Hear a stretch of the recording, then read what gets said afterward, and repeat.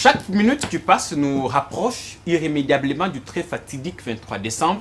Ce sera un dimanche, jour des scrutins combinés présidentiels, législatives, nationales et provinciales. Quelques 7 mois nous séparent encore du jour J. Le rendez-vous sera-t-il tenu? À la CENI, l'on rassure malgré les contraintes. À la majorité présidentielle, l'on se prépare le plus sérieusement du monde, mais seulement une certaine opposition n'y croit pas. Communicateur de la majorité présidentielle, secrétaire général de l'ULDC, le parti de Raymond Tshibanda, Maître Guillaume Mandjolo nous dira aujourd'hui pourquoi doit-on y croire. Il est l'invité de Face à l'opinion. Maître.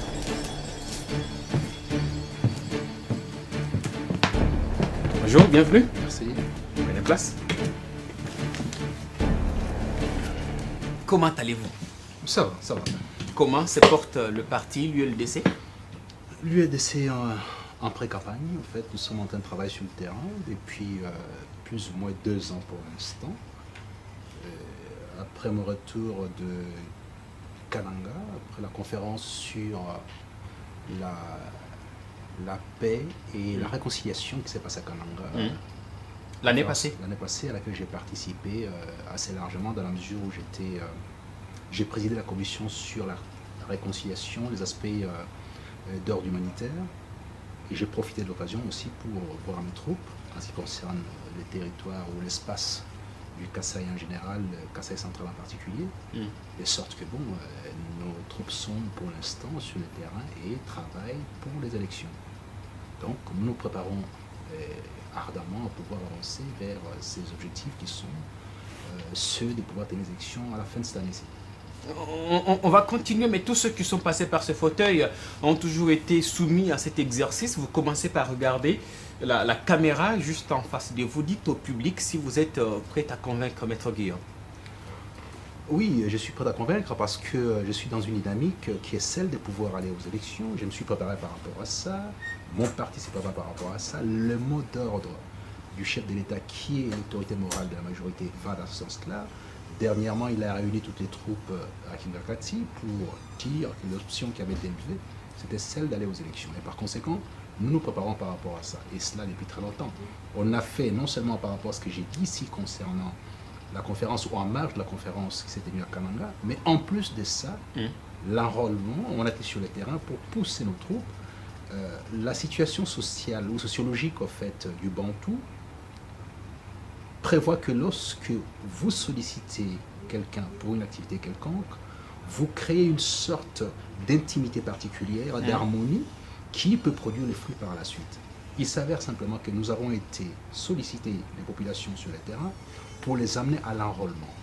Partant, cette même population va nous revoir de nouveau sur le terrain pour pouvoir la pousser à considérer que nous qui avons été les recommandés ou recommandés à ce qu'ils puissent aller à l'enrôlement, nous solliciterons demain leur suffrage, c'est tout à fait naturel. Contrairement à ceux qui passent leur temps dans les salons pour pouvoir parler des activités politiques alors que c'est sur le terrain, et en l'occurrence ici le terrain congolais, pas le terrain étranger. Sur le terrain, mais comment expliquer que vous, Guillaume Mandjolo, ou encore le président ou l'autorité morale de votre parti, vous êtes plus connu que le parti lui-même? Comment expliquer cette disparité? Enfin, c'est l'impression que j'ai. Oui, mais heureusement que vous dites que c'est une impression. C'est simplement une impression. Il faut aller sur le terrain pour voir ce qu'on fait. Parce que nous sommes un parti chrétien, vous devez le savoir, l'Union des libéraux démocrates chrétiens. Nous avons une approche différente. Nous n'avons pas une approche de la propagande. Nous avons une approche des terrains, des actions, collées à notre population, dans les cadres de notre chrétienté, de notre foi chrétienne. Et c'est ça qui vous démarque un peu de vos collègues communicateurs, d'autres communicateurs de la majorité, qui sont un peu plus radicaux. Hein. On vous sent un peu plus dans la science, un peu plus... Chacun a son domaine. Je n'ai pas apporté une critique ou une évaluation des uns des autres. Ce que j'ai à dire ne me concerne que moi. Vous savez, Jack London disait, les mots sont plus tranchants que les couteaux. Ça peut blesser de plusieurs manières, alors que le couteau ne blesse que d'une seule façon. Et lorsqu'on a blessé avec les mots, il est très difficile de réparer. Alors qu'avec des couteaux, il y a moyen, par des points de suture, de passer à autre chose, de confectionner cette plaie, de la réparer. Alors qu'avec les mots, c'est très compliqué. Ce qui fait que lorsqu'on a l'habitude des mots, ou qu'on travaille avec les mots, mon travail est fondamentalement dans la pensée qui construit. Et ma pensée va dans la pulsion de la vie, pas de la mort. J'anime pour la vie, je célèbre la vie, et par conséquent, je pèse les mots que j'utilise de sorte à ce que ça ne puisse pas blesser les autres, parce que c'est difficile à réparer. Nous sommes dans un pays particulier qui appelle une particulière attention, surtout pour ceux qui sont dépositaires de la parole publique. Et par conséquent, il faut peser les mots par rapport à ça. C'est vrai que de part et d'autre, on peut avoir ce qu'on appelle les faucons, qui ont pour habitude de travailler dans la dureté, au marteau, au sens premier du terme. Et vous jouez à la colombe? Je ne suis pas une colombe, moi je travaille comme un orfèvre, c'est un peu différent. Je prends les soins de faire très attention à tout ce que je fais, parce que l'or est une matière très noble.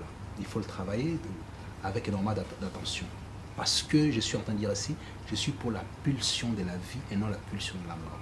Je célèbre la vie en tant que chrétien, ce qui fait que tout ce qui peut, d'une manière ou d'une autre, mettre en contradiction ou partager, pousser au morcellement de la République, mettre à mal les positions des uns des autres, qui sont les enfants de la même mère qui est la RDC, j'essaie d'éviter ça. Mais tout ce qui peut concilier, d'où d'ailleurs, dans mes dispositions, mes travaux sur la pensée, j'ai érigé un concept qu'on appelle les ajustements raisonnables. Tenter à tout moment de pouvoir rogner sa propre raison pour permettre à ce que la raison de l'autre aussi soit rognée et qu'on arrive à un juste milieu pour l'intérêt majeur de la population. En cela, j'essaie tout simplement d'aller dans le sens de ce que nous a enseigné, nous a laissé Socrate à travers les travaux de Platon et Aristote par la suite. Et il y a un triptyque extraordinaire, une équation particulière qui a été récupérée par Nietzsche, qui est mon maître en philosophie, qui dit raison, vertu, bonheur. C'est-à-dire que on doit toujours se poser la question, lorsqu'on a les ambitions de gérer la cité, est-ce que ce que j'ai fait est raisonnable? Si c'est raisonnable, est-ce que je suis assez vertueux pour porter cette raison? Si vous êtes assez vertueux, alors en ce moment-là, l'addition de la raison plus la vertu produit le bonheur de la population. Si vous ne faites pas de cette démarche-là, vous n'êtes pas qualifié à gérer la société. Voilà comment est-ce que je vois les choses. C'est un discours qui passe au sein de la majorité présidentielle, où parfois on joue le tout pour tout. La majorité est plurielle. Il y a des approches différentes. On concourt pour le bien-être de la population. Alors, ce que je suis en train de dire me semble être en harmonie avec la quête du bien-être de la population. Il me semble que ça peut être entendu par tous, aussi bien au niveau de la majorité qu'au niveau de l'opposition. Il ne s'agit pas des concepts applicables à une famille politique. Il s'agit des concepts applicables à la gestion de la société, qui peuvent être utilisés par tous, parce que l'atteinte de l'objectif qui est le bonheur de la population recommande qu'on procède de cette façon-là, peu importe où on se trouve. Alors, y a-t-il des gens raisonnables au niveau de la majorité? Bien entendu. Y en a-t-il au niveau de l'opposition? Aussi. Y a-t-il des gens vertueux au niveau de la majorité? Bien entendu. Au niveau de l'opposition? Aussi. Est-ce que tout le monde concourt vers le bonheur de la population? Oui. Alors pourquoi ne pas utiliser des matériaux raisonnables et les endosser par les personnes vertueuses pour cette atteinte-là? Voilà, ma démarche est celle-là. C'est ce qu'on va voir, hein? C'est ce qu'on va voir. Mais on revient quand même au parti qui serait moins connu que vous au sein de la majorité présidentielle. Mais l'évaluation est tout à fait peut-être à apprécier autrement. C'est vrai qu'au départ de Kinshasa, on croit avoir l'évaluation. Quels sont les matériaux d'évaluation qu'on peut avoir ici à Kinshasa? Parce que les gens sortent avec des drapeaux dans la rue, dans un coin de la cité? Et c'est ce qui fait la crédibilité des partis politiques? Non. Des méga-meetings, oui, mais des matinées politiques? Ça ne suffit pas. C'est ce qui nourrit aussi les partis politiques. Bien entendu, on les fait, mais bon, peut-être qu'on diffuse un peu moins, parce que peut-être on n'a pas assez de moyens matériels pour diffuser un peu plus. Mais les actions sur le terrain sont énormes, et notamment dans l'arrière-pays. Faites un tour à Goma, vous allez voir ce qui se passe. Faites un tour à Kananga, en Bujimaï, vous verrez. Faites un tour dans les Maïndombe, à Inongo, à Koutou. Faites un tour dans les Kwilu, à Idiofa par exemple, vous verrez. Donc il y a plein d'endroits où on fait des activités, mais malheureusement nous n'avons pas peut-être la démarche de la publicité telle que les autres peuvent l'avoir. Et ce qui est important aussi, la communication. La communication de Kinshasa, en fait. Vous faites allusion à Kinshasa. C'est-à-dire que les 4 millions d'électeurs de Kinshasa, c'est beaucoup plus important que les 40 ou les 37 autres millions sur les centaines du territoire. C'est une mauvaise évaluation. Vous avez un élu à Kinshasa. L'opinion se demande toujours si Zakari Bababassou est toujours membre de l'ULDC, votre parti. Il faut lui poser la question. C'est-à-dire que je suis d'avis que... Vous êtes le secrétaire général du parti. Bien entendu, c'est-à-dire qu'il n'a pas encore fait la déclaration du contraire. Mais on sait qu'il a créé son propre mouvement depuis. Jusqu'à ce que la loi dit que la personne doit faire la déclaration de quitter le parti en ce moment-là, donc son suppléant prendrait la place. Pour l'instant, il n'a pas fait une déclaration de cette nature-là. Du moins, officiellement, je n'ai pas été saisi en tant que secrétaire général par l'honorable Zakari pour dire qu'il n'était plus membre de notre parti politique et partant, donc il devait tirer les conséquences. Mais quand il fait des prises de position contraires à la philosophie du parti, on attend, on reste là, attendant qu'il démissionne de lui-même ou on sanctionne. On doit se référer à la loi. Est-ce que ces prises de position sont susceptibles d'être condamnées par la loi, oui ou non? Il a la liberté d'opinion et de parole. Mais simplement, sa position en tant que membre du parti recommande qu'au cas où il doit se défaire de cette position-là, de ces statuts-là comme membre du parti, il doit tirer les conséquences en regard de la loi. Ce n'est pas moi qui fixe les règles, c'est l'État, c'est la République qui fixe les règles. Et ces règles s'appliqueraient à lui comme à toute autre personne concernée par ça.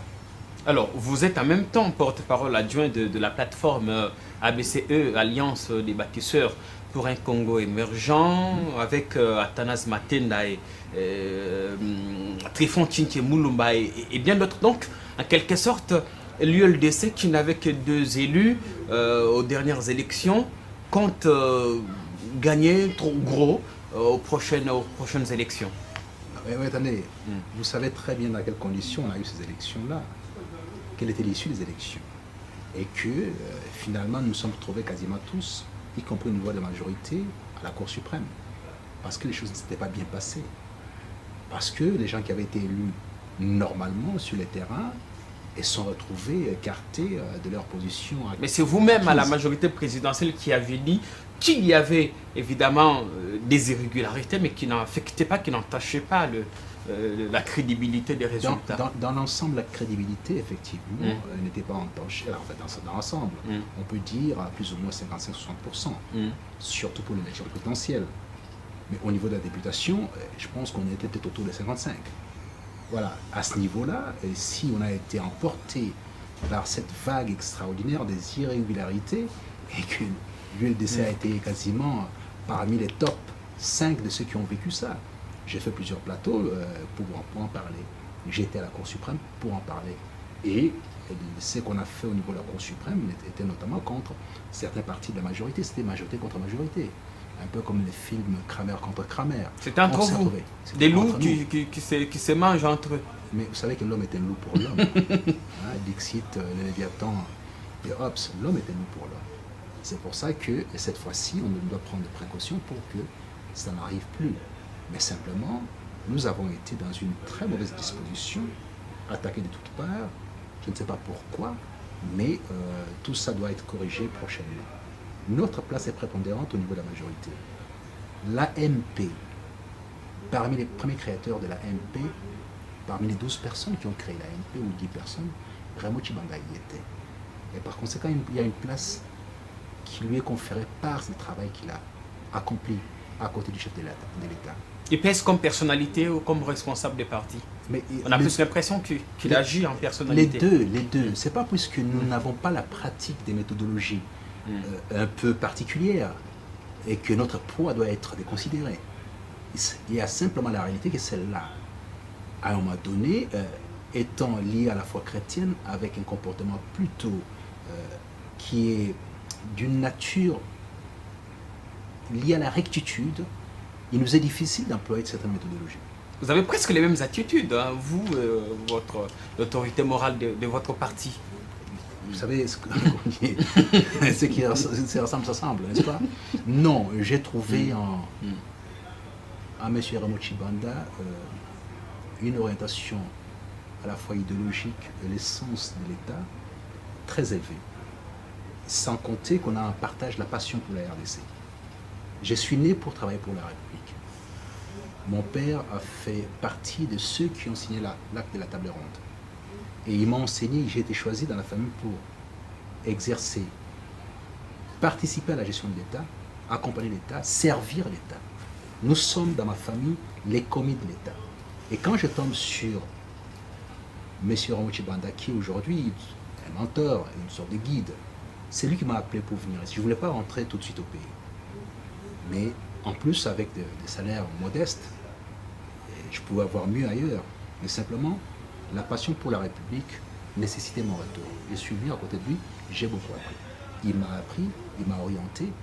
Je peux aujourd'hui, avec toute fierté, dire que je suis en mesure de gérer n'importe quel département après avoir vécu à côté de ces grands messieurs. Quoique, en tant que chrétien, en tant que lycéen, je suis contre l'idolâtrie. Mais simplement, je dois rendre César ce qui est à César. C'est pour ça que, vous voyez, notre comportement est différent. Vous ne verrez jamais en train de défenestrer quelqu'un à la télévision, dire que tel a telle faciès, tel a... Je ne sais pas dire ça. Guillaume Mandiolo, merci beaucoup d'être passé, répondre à nos questions et convaincre l'opinion. Merci à vous. Aujourd'hui, c'était lui, demain, ce sera peut-être vous. Alors, êtes-vous prêt à affronter et convaincre l'opinion? Nous vous attendons.